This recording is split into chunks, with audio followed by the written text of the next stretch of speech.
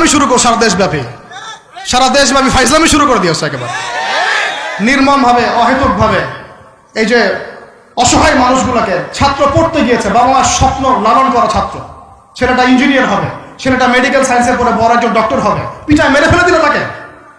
এত বড় সাহস! আর আমরা কিছুই বলতে পারলাম না, কিছু করলাম না। কি একটা অবস্থা চলছে! এগুলো যখন চলতে থাকবে একটা কওমের মধ্যে, আপনার মনে হয় যে আল্লাহর পক্ষ থেকে রহমত নেমে আসবে? লা ইলাহা ইল্লাল্লাহ বলা একজন মানুষ যদি বেঁচে থাকে, ওই একজন মানুষের সম্মানে আল্লাহ পাক কিয়ামত দিবে না ইনশাআল্লাহ। সে একজন মানুষকে এভাবে নির্মমভাবে পিটিয়ে মেরে ফেলো তোমরা। এখন মানুষকে পেটানো শুরু করেছো।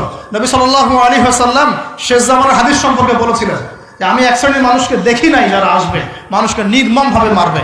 নবীজি বলেছিলেন শেষ জামানায় দুই শ্রেণীর মানুষ আসবে, আমি এদেরকে দেখি নাই। নবীজি দেখেন নাই মানে 1400 বছর আগে ওরা ছিল না। এক শ্রেণী হচ্ছে হাতের মধ্যে মানুষকে মারার কিছু অস্ত্র নিয়ে ঘুরে বেড়াবে, এরা মানুষকে নির্মমভাবে পিটাবে, নির্মমভাবে মানুষকে পিটাবে। এই শ্রেণীকে আমি দেখিনি, এরা আসবে পরে। আর এক শ্রেণী হচ্ছে এমন এক শ্রেণীর মহিলা বের হবে যারা কাপড় পরেও নগ্ন থাকবে, নিজেরাও আকৃষ্ট হবে, অন্যকে আকৃষ্ট করবে। তো এই মেয়েদেরকে তো দেখতে পাচ্ছেন, এখন পাচ্ছেন না? তার মানে কিয়ামত কাছে না দূরে? আর আমি এখন ওই হাতে লাঠিওয়ালা ওই গ্রুপকেও খুঁজে পেয়েছি। হাতে লাঠিওয়ালা সেই গ্রুপ কোনটা জানেন? ওই যে ঘরের মধ্যে ঢুকায় যে ছেলেগুলোকে মেরে রাত্রেবেলা মেরে ফেলায়, সেটা গ্রুপের। বিভিন্ন হলে দেখেন না, হকি স্টিক নিয়ে 8জন 10জন মিলে এক একটা করে ছেলেকে ডেকে নিয়ে পিটায় মেরে ফেলায়, এগুলা সেই ছেলে। এদেরকে যারা জন্ম দিয়েছে ওই বাপের জন্য ধিক্কার, এদেরকে যারা জন্ম দিয়েছে এই বাপের জন্য ধিক্কার। আর এখন এরকম লেডিস গ্রুপও বের হয়েছে, এখন মেয়েদেরকেও হলে ডেকে পিটানো শুরু করেছে। তোমরা কি মনে করো যে 5জন 6জন 10জন মিলে একজনকে সারা রাত টর্চার করে মেরে ফেলানোর মধ্যে সুপুরুষ? তুমি সুপুরুষ, তুমি অনেক বড় বীর। সাহস থাকলে তুমি একজন মারামারি করে দেখাও না, দেখি তোমার এত বড় সাহস, তাহলে একজন মারামারি করে দেখাও না। আসো রিংয়ের মধ্যে আসো, তারপর দেখি তোমার কত শক্তি, আমাদের কত শক্তি। একজন 1-on-1 ব্যাটেলে আসো, দেখি খালি হাতে 1-on-1 ব্যাটেলে আসো। 8জন 10জন মিলে একটা বুয়েটের ছেলে, একটা মেডিকেলের ছেলে, একটা অমুকের ছেলে, তমুকের ছেলে, বাবা মায়ের স্বপ্ন লালন করা ছেলেগুলোকে ঘরের মধ্যে ঢুকাবা, সারা রাত পিটায় মেরে ফেলবা, এটাকে তোমরা সাফল্য মনে করো, বীরত্ব মনে করো? এই ছেলেগুলোকে জন্ম দিয়েছে যে পিতা মাতায়, এদের জন্য ধিক্কার আমার পক্ষ থেকে। আপনারা এইসব সন্তান জন্ম দিতে গেলেন কেন? খিদির আলাইহিস সালাম বেঁচে থাকলে ছোটবেলায় মেরে ফেলতো এদেরকে। ওই যে খিদির আলাইহিস সালাম ছোটবেলায় একটা বাচ্চাকে মেরে ফেলছিলেন না? মুসা আলাইহিস সালাম বলেছিলেন যে একটা বাচ্চাকে কেন মেরে ফেললেন? তখন খিদির আলাইহিস সালাম বলেছিলেন এই ছেলেটা যদি বড় হয়, বড় হলে অনেক বড় কাফের হবে। আল্লাহ আগে জানিয়ে দিয়েছেন, এই জন্য আগে মেরে দিয়েছে। এই বাচ্চাগুলোকে নিতে গেলেন কেন? কোন রকম লজ্জাবোধ নাই, চক্ষু লজ্জা নাই। এরপর যখন আইন শৃঙ্খলা বাহিনী এদেরকে অ্যারেস্ট করে নিয়ে যায়, বীরের মতো হাসতে হাসতে চলে যায়। ও জানে যে আমার কোনো সমস্যা হবে না, ফাঁক ফোকর দিয়ে বেরিয়ে চলে আসবে। তোমরা এগুলোকে বীরত্ব মনে করো, সুপুরুষ হয়ে গেছো তোমরা। এতই যদি ক্ষমতা থাকে, সাহস থাকে, তো একজন মারামারি করো না কেন? 1-on-1 ব্যাটেলে আসো, তারপর দেখো কে জিতে কে হারে। 10জন মিলে একজনকে পিটাবা, মনে করছো খুব বড় বীর হয়ে গেছো। এখন 10টা মেয়ে মিলে একটা মেয়েকেও পিটাচ্ছে, সুবহানাল্লাহ। তা আবার ইসলামিক বিশ্ববিদ্যালয়ের মধ্যে। এই বিশ্ববিদ্যালয়ের নাম ইসলামিক কে দিল? এটা ইসলাম? একটা মেয়েকে আপনি ঘরের মধ্যে ঢুকায় সারা রাত পিটাবেন, মেয়েটা কাঁদতে বলছে আমার পায়জামা পর্যন্ত খুলে ফেলেছে টান দিয়ে। আরে তোর মায়ের পায়জামাকে খুলে ফেললে তোর কেমন লাগবে? তোর বোনের পায়জামাকে খুলে ফেললে তোর কেমন লাগবে? কোন সাহসে তুই একটা মেয়ের পায়জামায় হাত দিস? এত বড় সাহস! আর এদেরকে আমরা তোলা করে মানুষ করি। আইন শৃঙ্খলা বাহিনী আপনারা কি করেন? ইনস্ট্যান্ট কোর্ট বসে ফাঁসি দিয়ে দিবেন এদেরকে। আল্লাহর কসম করে বলছি, যদি কোনোদিন এরকম ক্ষমতা আমাদের কাছে আসতো, দিন বিচার করে দেখিয়ে দিতাম ইনশাআল্লাহ। ফাইজলামি শুরু করো সারা দেশব্যাপী। যারা এখন বিপদগামী ছিলেন আমরা মনে করতাম, তারাই এখন হেদায়েতের দিকে আসছেন। আর আমরা এখন মুসলিম ঘরে জন্মগ্রহণ করে নামাজ ছেড়ে দিচ্ছি, কুরআন পড়া ছেড়ে দিচ্ছি। এটা কি ধরনের কথা? আমার পরিবারের মা বোনরা কিভাবে বেপরদায় বাইরে যায়? আমার পরিবারের কর্তা আমি কেমন করে আমার পরিবারের স্ত্রী সন্তান মেয়েরা বাইরে বেপরদায় যাবে? কিভাবে যাবে? আমি তো পরিবারের কর্তা, আমি পরিবারের স্বামী, আমার স্ত্রী কেমন করে বেপরদায় বাইরে যাবে? আমার ছেলে কেন নামাজ পড়বে না? নামাজ না পড়ে সে ভাত খাবে কিভাবে?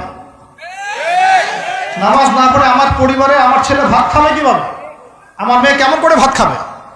অতএব পরিবারটাকে শক্ত করেন, হালাল খান, সামাজিকভাবে ইসলামটাকে এগিয়ে নেন, ইনশাআল্লাহ দেখবেন একদিন বড় পরিসরে ইসলাম কায়েম হয়ে যাবে ইনশাআল্লাহ।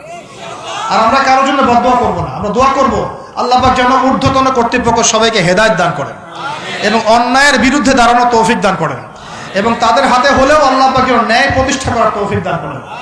আর ন্যায় কোনটা ন্যায় কোনটা অন্যায় এগুলো এইসব প্রোটেস্ট্যান্ট মুসলিমরা আপনাদেরকে শেখাতে পারবে না। যারা ইসলাম, কোরআন, সুন্নাহ, সমকালীন বিশ্ব ইতিহাস, অর্থনীতি, সংস্কৃতি, দেশীয় কালচার সব সম্পর্কে জ্ঞান রাখে, এই মানুষরা আপনাকে বলতে পারবে কোনটা সত্য কোনটা মিথ্যা, কোনটা হক কোনটা বাতিল। একজন কবর পূজারী আপনাকে কি হেদায়েত দিবে? একজন মাজার পূজারী আপনাকে কি হেদায়েত দিবে? একজন বেদাতি আপনাকে কি হেদায়েত দিবে? হেদায়েত তো নিতে যান খালি ওদের কাছে। আর জ্ঞানী মানুষকে তো মূল্যায়ন করে না, যারা বুদ্ধি বিক্রি করে খায় ওদের কাছে পরামর্শ নিচ্ছেন। আর কিছু বিষয় বলতে বলতে মুখের ফেনা উঠিয়ে দিলাম, তারপরেও কোনোদিনও বললেন না যে হ্যাঁ কথাটা গ্রহণ করা যায়। কি আশ্চর্য! যখন একটা সমাজের মধ্যে এই পাপগুলো ছড়িয়ে পড়বে তখন আল্লাহ পাকের গজব আসবে, এটা আসবেই। প্রতিরোধ কিভাবে? প্রতিরোধ করার কোনো সুযোগই নাই, আপনাকে প্রতিকারও করার কোনো সুযোগ নাই। তওবা করে আল্লাহর কাছে ফিরে আসতে হবে, এটাই সলিউশন, এটাই সলিউশন। এই যে আমরা শহরের কথাই বলছিলাম, আমাদের সমাজের অন্যতম বড় একটা কিয়ামতের আলামত হচ্ছে উঁচু উঁচু বিল্ডিং নির্মাণের প্রতিযোগিতা। নবীজি জীবনের শেষের দিকে যে হাদিসগুলো বলেছেন, শেষের দিকে, তার মধ্যে কিয়ামতের বড় দুইটা আলামত বলেছেন। তার মধ্যে একটা হচ্ছে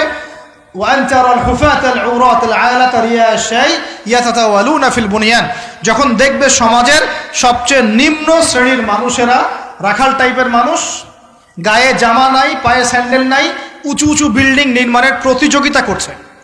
ধনীরা বিল্ডিং নির্মাণ করবে এমনটা নবীজি বলেন নাই। নবীজি বলছেন গরিব, ফকির, মিসকিন, গায়ে কাপড় নাই, স্যান্ডেল নাই, এরা বিল্ডিং নির্মাণ করবে না, প্রতিযোগিতা করবে একে অপরের সাথে। এখনকার আরব বিশ্বটার জাজল্যমান দৃষ্টান্ত, এখনকার আরব বিশ্বটার জাজল্যমান দৃষ্টান্ত। অনেক সলফে সালেহিন বলেছেন যে এই হাদিস থেকে আরবদেরকে ইশারা করা হয়েছে। এটা আমাদের ঢাকার মধ্যে চলে আসছে। আজকালকে যার এক জায়গা টাকা পয়সা ছিল না, আজকে 10 তলা 20 তলা ফ্ল্যাটের মালিক। কিভাবে সম্ভব? সুদের মধ্য দিয়ে সম্ভব, দুর্নীতির মধ্য দিয়ে সম্ভব, কালো টাকার মধ্য দিয়ে সম্ভব, অন্যের সম্পদ অন্যায়ভাবে হস্তক্ষেপ করার মধ্য দিয়ে সম্ভব। আর মাশাআল্লাহ, যার একটা 5-10 তলা বাড়ি আছে আমাদের শহরে, অন্য মানুষকে মানুষই মনে করে না, ভাড়াটিয়াকে মনে করে যে তেলাপোকা, ককরোচ, ছিছি করে তার আছে। কত যে শর্ত! কোনো কোনো সময় এমনও হয়েছে মানে বাড়ি ভাড়া চাইতে গিয়ে যে বেইজ্জত হতে হয়েছে, মনে হলো যে বাড়ি ভাড়া চাইতে গিয়ে মানে নিজের সম্মান নিজে নষ্ট করে ফেললাম আর কি। সুবহানাল্লাহ। কারণ যখন নিম্ন শ্রেণীর মানুষের কাছে অর্থ আসে তখন কিন্তু এদের মধ্যে কালচার আসে না, কালচার আসে না। সম্পদ আসে ঠিকই, কিন্তু কালচার, সভ্যতা আসে না। তারা অসভ্যই থেকে যায়। কাকে সম্মান দিতে হবে কাকে দিতে হবে না সেটাও জানে না। কথা বুঝতে পারছেন? এটা আমাদের সমাজ এখন চলছে, হাইলি কনস্ট্রাক্টেড বিল্ডিংস এর প্রতিযোগিতা। আর আমরা বলবো কেন, এই যে এখনকার সেকুলার রিপোর্টগুলোই বলছে বেশিরভাগ বিল্ডিং এরই দেখা যায় যে কোনো রকমের ভিত্তি নাই। এই 5-6 মাত্র ভূমিকম্প হলেই সব ধরধর করে পড়ে যাবে। আরো এই যে অহংকার, আমি একটা ফ্ল্যাটের মালিক। ঢাকা শহরে মনে হচ্ছে যেন পরিচয়ের মানদণ্ড হচ্ছে এটাই। জিজ্ঞাসা যদি করেন যে ভাই আপনার নাম কি করেন, বলবে ওই যে ফ্ল্যাটটা দেখছেন 10 তলা, ওইটা আমার। ভাবখানা এমন যে এটাই তার পরিচয়ের মানদণ্ড। সে কি করে, তার শিক্ষাগত যোগ্যতা কি, কোন প্রফেশন, এগুলো বড় কথা নয়। ওই যে ফ্ল্যাটটা দেখছেন 6 তলা, ওইটা আমার। অনেকে এসে পরিচয় দেয়, আমি অমুক পার্টির অমুক, আমি অমুক পার্টির তমুক, আমি অমুকের সাধারণ সম্পাদক, আমি অমুকের সভাপতি। এগুলো পরিচয়, এগুলোই মানুষের পরিচয়। আমি অমুক দল করি, তমুক দল করি। পরিচয় কি তোমার? তুমি কি এই পরিচয় দিয়ে কাল কিয়ামতের মাঠে আল্লাহর সামনে দাঁড়াবা? তোমার পরিচয়টা কি? পরিচয় হচ্ছে তোমার শিক্ষাগত যোগ্যতা কি, তুমি সমাজকে কতটুকু সার্ভ করতেছো, তোমার ইলমি যোগ্যতা কি, তুমি 5 ওয়াক্ত নামাজ পড়ো কিনা, তুমি ইসলামপন্থী কিনা, তোমার সুন্নত আছে কিনা, তুমি দিনের জন্য কি করো, এগুলো তোমার পরিচয়।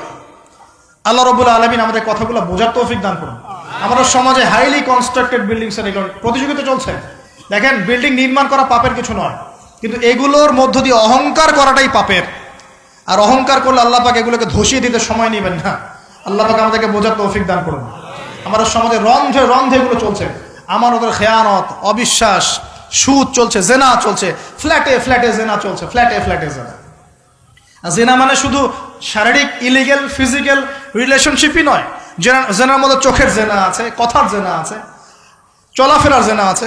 নবীজি বলেছেন শেষ জামানায় এক শ্রেণী মেয়ে আসবে যারা পুরুষের কাপড় পরে ঘুরবে। এটা দেখার জন্য আপনি ঢাকার শপিং মলে চলে যান, শপিং মলে যান, কেয়ামত দেখতে পারবেন। কেয়ামত কাকে বলে? কেয়ামত কাকে বলে? কেউ কেউ দেখা যায় সুন্দর সুন্দর বোরখা বানিয়ে নিয়েছে, যে বোরখাগুলো পরেও তার মানে শরীরের কাঠামো স্পষ্ট বোঝা যাচ্ছে। এখানে আপনি কাকে দায়ী করবেন, কাকে দোষ দিবেন? অবৈধ সম্পর্ক, অবৈধ সম্পর্ক ঢাকা শহরের রন্ধ্রে রন্ধ্রে ঢুকে গেছে। অবৈধ সম্পর্ক, টিনেজ 8-10 বছর, ক্লাস 8-এ পড়ে, ক্লাস 9-9-এ পড়ে, 10-এ পড়ে, এদের মধ্যে ইলিগাল সম্পর্ক চলছে। ইউনিভার্সিটিতে পড়ে, স্কুল কলেজ পাশ করে বিশ্ববিদ্যালয়ে গিয়েছে, ব্যাস ও মনে হয় যে একেবারে পাখা ওর গজায় গেছে, যা ইচ্ছা তাই করতে পারে। মেয়েকে দিয়েছেন একটা স্মার্টফোন, ব্যাস নষ্ট হয়ে গেছে। ছেলেকে দিয়েছেন একটা বাইক, ও দেখ মাদকের আসরে বসে আছে। কি একটা অবস্থা! এই যুব সমাজ কি আগামী দিনে ইসলামের পতাকা বহন করবে? এই যুব সমাজকে দিয়ে ইসলামের বিজয় লাভ হবে? নাকি আমাদের একটা ঈমান দীপ্ত যুব সমাজ দরকার? কোনটা? আল্লাহ পাক আমাদের সবাইকে আল্লাহর পক্ষ থেকে ঈমান দান করুন। আর আমি আর লম্বা করতে থাকলে সারা রাত যাবে গা। আমি আপনাকে গুছায় নিয়ে এসে শেষ করে দিচ্ছি যে এর পাশাপাশি কোন কোন পাপ ছিল, যে পাপগুলোর কারণে আল্লাহ পাক এই গজবগুলো দিয়েছিলেন, এবং এই ঢাকা শহর সহ এই বড় বড় শহরগুলা এই পাপের মধ্যে আছে কি না আপনি নিজেই যাচাই করবেন। যাচাই কে করবে?